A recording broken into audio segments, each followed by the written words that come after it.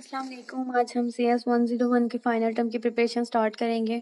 आज की वीडियो में हम लोग इंपॉर्टेंट MCQs देखेंगे और सब्जेक्टिव की जो वीडियो है वो मैं बाद में बनाऊंगी। तो अभी जो MCQ इंपॉर्टेंट है वो देख लेते हैं। सबसे पहले आप लोगों ने जो जितने भी शॉर्ट लेक्चर्स हैं उनको लाजमी करना है, उसके बाद एब्रीविएशंस को लाजमी तौर पे करना है और उसके अलावा जो MCQs आएंगे उनका थोड़ा सा मैं आइडिया दे देती हूँ। तो अभी हम MCQs देखते हैं जो कि कुछ हद तक जो है ना वो अलग किस्म के हैं। तो इसमें जो चीज़ आ जाती है वो पहला ऑप्शन है कि the sign of modulus is, कि मॉडुलस का जो साइन है वो क्या है। ठीक है, अब इसके अलावा मॉडुलस होता क्या है। मॉडुलस होता है कि हमने उसका रिमाइंडर वापस लेना होता है कि हमारे पास क्या चीज़ जो है वो डिवाइड करने के बाद बच जाती है, उसको क्या हम क्या कहते हैं, रिमाइंडर। तो अगर फॉर एग्जांपल 4 है, उसका हम उसका मॉडुलस ले रहे हैं, ठीक है, 2 के साथ, तो जब 2 के ऊपर 4 डिवाइड हो जाता है तो हमारे पास आता है 0। तो इसका जो मॉडुलस होगा वो 0 होगा। फॉर एग्जांपल अगर 7 है, उसको हम डिवाइड करें हैं 3 पे, ठीक है, इसका जो मॉडुलस आएगा वो क्या आएगा, 1। क्यों? क्योंकि 3 2 बार 6 हो जाएगा और 1 जो है वो हमारे पास बाकी रह जाएगा, तो वो क्या है, इसका मॉडुलस। ठीक है, तो ये MCQ आएगा, तो इसको आपने जो है ना करके देख लेना है। SSD stand for solid state disk. इसके अलावा SDs भी था और इसके अंदर रैम था।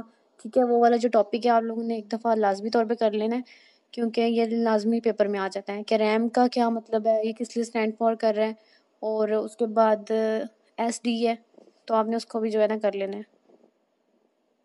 उसके बाद आ रहा है टिफ, जो है वो इसकी एब्रीविएशन क्या है, तो टैग्ड इमेज फॉर्मेट है, ये एक इमेज का फॉर्मेट है। इसके अलावा इसमें कोई इसके बारे में पूछेगा नहीं शॉर्ट क्वेश्चन में। उसके बाद जो चीज़ आ रही है ये आपका शॉर्ट क्वेश्चन भी हो सकते हैं, आपका लॉन्ग क्वेश्चन भी हो सकता है और MCQ भी हो सकता है। ठीक है, तो इसमें जो हमारे पास, हमने शायद बुक में 3 ही पढ़े हैं, लैन, वैन और मैन।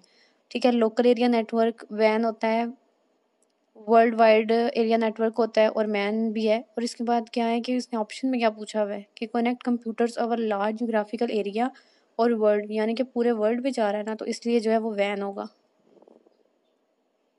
उसके बाद आ रहा है कि each sound has a, sound क्या रखती हैं, वेव्स रखती हैं।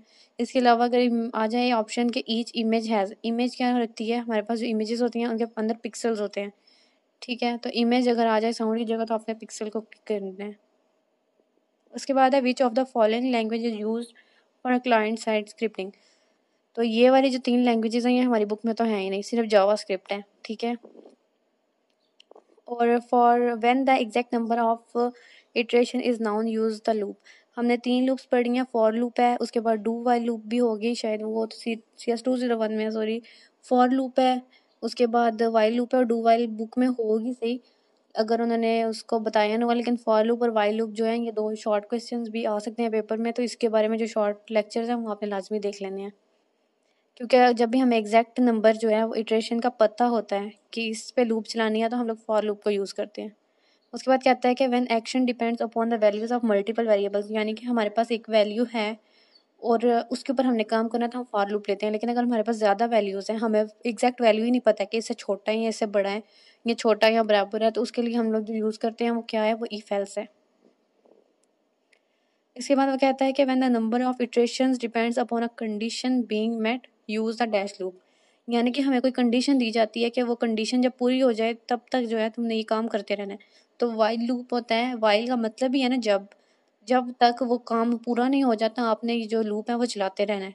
तो आप लोगों ने इनके जो है ना वो सिंटेक्स वगैरह जो है लाजमी तौर पर याद करके जाने हैं, वो पेपर में आते हैं। NSA जो है वो स्टैंड फॉर करता है नेशनल इंटरफेस कार्ड्स। उसके बाद आ रहा है कि choose one hub that has several ports. तो हब जो होता है वो उसके पास क्या होते हैं, उसके पास सेवरल पोर्ट्स होते हैं, पैकेट्स, केबल्स और NICs नहीं होते। और URL क्या होता है, URL कोई डिवाइस नहीं हो सकती। URL क्या होता है, एक लिंक होता है, कंपोनेंट वो हो नहीं सकता और टूल तो वो बिल्कुल भी नहीं हो सकता। URL क्या होता है, किसी वेबसाइट का एड्रेस होता है, ये बुक में लिखा हुआ है, इसको भी याद रखना है। उसके बाद आता है communication protocol is a protocol that governs the flow of information over a network. तो एक कम्युनिकेशन सॉरी उसने करनी है, तो जब कम्युनिकेशन करनी है तो उसके पास सेट ऑफ रूल्स होंगे। सेट ऑफ रूल्स किस तरह होंगे और सेट ऑफ प्रोटोकॉल्स क्यों नहीं होंगे। सेट ऑफ रूल्स इसलिए होंगे कि उसके पास जो है वो एक बना होगा, उसका सारा सिंटेक्स बना हुआ होगा और उसके पास सारी जो है ना वो तरतीब से चीज़ें पड़ी हुई होंगी कि पहले ये काम करना है, फिर दूसरा करना है, फिर तीसरा करना है। तो उसने तरतीब के साथ हर काम करना है, इसलिए सेट ऑफ रूल्स लगेंगे, सेट ऑफ प्रोटोकॉल्स नहीं लगेंगे।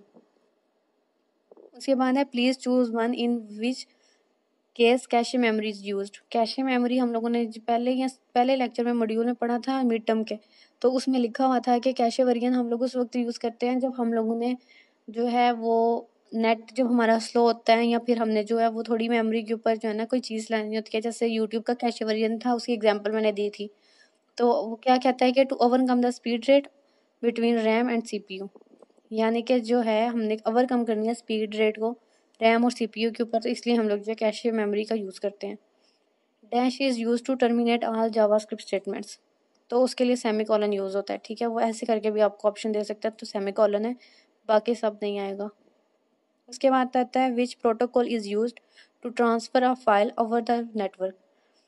टीसीपी नहीं है, ओएसआई भी नहीं है, यूडीपी भी नहीं है, आपने जो चीज़ याद रखनी है एफटीपी, फाइल ट्रांसफ़र प्रोटोकॉल। ठीक है, जहाँ पे भी ट्रांसफ़र और फाइल का वर्ड आ जाएगा तो याद रखना है कि फाइल ट्रांसफ़र प्रोटोकॉल ही यूज़ होगा और कोई प्रोटोकॉल यूज़ नहीं हो सकता उधर। उसके बाद आता है which of the following statement is use for output in C plus plus. C इन क्या होता है, ये इनपुट लेता है। सी आउट क्या होता है, हमें आउटपुट दिखाता है। ये वाले लेक्चर प्रोग्रामिंग लैंग्वेज वाले जो है लाजमी करने हैं, क्योंकि पेपर में लाजमी आते हैं। उसके बाद जो प्रिंट है ये भी जो है वो यूज़ इसीलिए होता है कि वो आउटपुट दिखाए, लेकिन जो है ये सी प्लस प्लस के अंदर यूज़ नहीं होता है, ये पाइथन में ज़्यादा यूज़ होता है। तो जो सी प्लस प्लस में यूज़ हो रहा है वो अभी के लिए सी आउट ही है जो हमारी बुक में लिखा हुआ है, तो इसलिए प्रिंट को बिल्कुल नहीं लिख के आना उधर। डीबीएमएस का मतलब क्या होता है, डाटाबेस मैनेजमेंट सिस्टम। ये इजी था, डाटा मैनेजमेंट सिस्टम नहीं है। इसके बाद है this conceptual view of the database is called dash model. Database model है। डाटाबेस मैनेजमेंट सिस्टम वो होता है जो है मैनेज करता है कि डाटाबेस के अंदर हमने क्या करना है और क्या नहीं करना। ठीक है, तो सिस्टम बिल्कुल नहीं होगा, डाटा मॉडल होता है। सिस्टम के अंदर काम हो रहा है, उसके बाद मैनेजमेंट सिस्टम के अंदर भी काम हो रहा है, और ये कह रहा है कि कंसेप्चुअल व्यू ऑफ डाटाबेस क्या होता है, तो वो उसका डाटा मॉडल ही होगा। A translator which takes assembly language program as input and produce machine language as output। तो इसका आंसर भी इसमें लिखा हुआ है कि टेक असेंबली लैंग्वेज। तो असेंबली लैंग्वेज के लिए क्या है, असेंबलर है। कंपाइलर और इंटरप्रेटर ये दोनों मशीन लैंग्वेजेस हैं जो कोड को मशीन लैंग्वेज में कन्वर्ट करती है और हमें आउटपुट देती है, लेकिन असेंबली लैंग्वेज कौन सी है, असेंबलर। उसके बाद आ जाता है असाइनमेंट ऑपरेटर इज इक्वल को कहते हैं, जैसे हमने किया था कि I is equal to zero. ठीक है, तो इसका मतलब क्या है कि हमने आई को ज़ीरो की वैल्यू असाइन कर दी है कि ज़ीरो आई के इक्वल है, लेकिन अगर हमने इज इक्वल यूज़ करना है तो उसके लिए हम लोग डबल जो है इक्वल के साइन लगाते हैं कि ज़ीरो इक्वल टू ज़ीरो है, तो इसका मतलब है कि ज़ीरो ज़ीरो के बराबर है। लेकिन अगर हम I is equal to zero सिर्फ एक लिखते हैं तो इसका मतलब है कि हमने आई को वैल्यू दे दी है ज़ीरो की।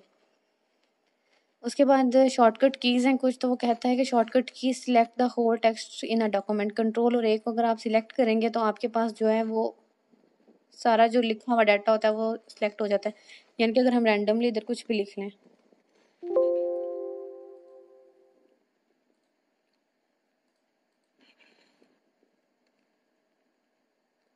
ये सारा कुछ अगर हमने लिख दिया तो अगर आप कंट्रोल और ए को सिलेक्ट करेंगे तो ये सारा कुछ जो है वो सिलेक्ट करके ले आएगा। उसके बाद आ जाती है शॉर्टकट की टू कट द टेक्स्ट, तो उसके लिए कंट्रोल एक्स को यूज़ करते हैं। कॉपी पेस्ट के लिए पेस्ट के लिए कंट्रोल वी होता है, और कॉपी के लिए सी को जो है इसके साथ यूज़ कर लेते हैं। कंट्रोल सी करने से जो है वो कॉपी हो जाएगा, कंट्रोल वी से पेस्ट हो जाता है। अगर कोई चीज़ आपने अनडू करनी है तो उसके लिए कंट्रोल जी को यूज़ करें, और रीडू टाइपिंग के लिए आप कंट्रोल वाई यूज़ करते हैं। उसके बाद ये आता है कि एडिटिंग ग्रुप हैज़ कमांड्स। ये वाला जो चैप्टर है एक्सेल वाला, वर्ड वाला, और उसके बाद पावर पॉइंट वाला, जब पेपर देने जाएंगे तो उसके अंदर परमिशन होती है कि आप वर्ड वगैरह जो है वो यूज़ कर सकते हैं। ठीक है, तो आपने पेपर में भी जाकर जो है ना वो वर्ड को ओपन कर लेना है। जैसे ही ओपन है तो वो कह रहा था कि आपने करना क्या है कि एडिटिंग ग्रुप हैज़ कमांड्स, तो 1 2 3 4 5, तो ये 5 कमांड्स हैं इसके अंदर, तो आपने इसका जो है ऑप्शन क्लिक कर देना है। The fifth group of the home ribbon is the, तो फिफ्थ ग्रुप क्या है कि 1 2 3 4 और ये 5, जो 5 वाला है वो एडिटिंग का है। ये मैंने पेंट खोल दिया था, सॉरी, ये वर्ड है। ये 1 2 3 4 और ये 5 नंबर पे एडिटिंग है, तो इसका 5 है। ये पुराना है, इस वजह से जो ऊपर वाला ऑप्शन है ना इसमें इधर लिखा हुआ है मैंने 5, तो यहाँ पर जो पुराना जो है इसके ऊपर 3 है, लेकिन अब जो है इसके ऊपर 5 है, तो आपने जो है ना 5 वाला ऑप्शन क्लिक कर देना है। उसके बाद है 5 मॉड्यूलस 2 है, ये हम पहले कर रहे हैं कि इसमें 1 रिमेन आता है। और उसके बाद है which of the following symbol is use to end the line of the separate statement is in imperative languages, तो सेमी कॉलन का हम लोग यूज़ करते हैं इसके लिए। और the fifth group in the home ribbon, सीधा आप लोगों ने वर्ड में जाना है, इधर से गिन लेना है 1 2 3 4 और ये 5। तो एडिटिंग जो है वो 5वें नंबर पे है। एमसीक्यूज कंप्लीट हो गए हैं। इसके अलावा यूट्यूब के ऊपर पूरी मैंने इसकी प्लेलिस्ट बना कर डाली हुई है, तो आप लोग उसको जो है वो एक दफ़ा जाकर लाजमी विजिट करें, कमेंट करें और शेयर करें। Thank you so much.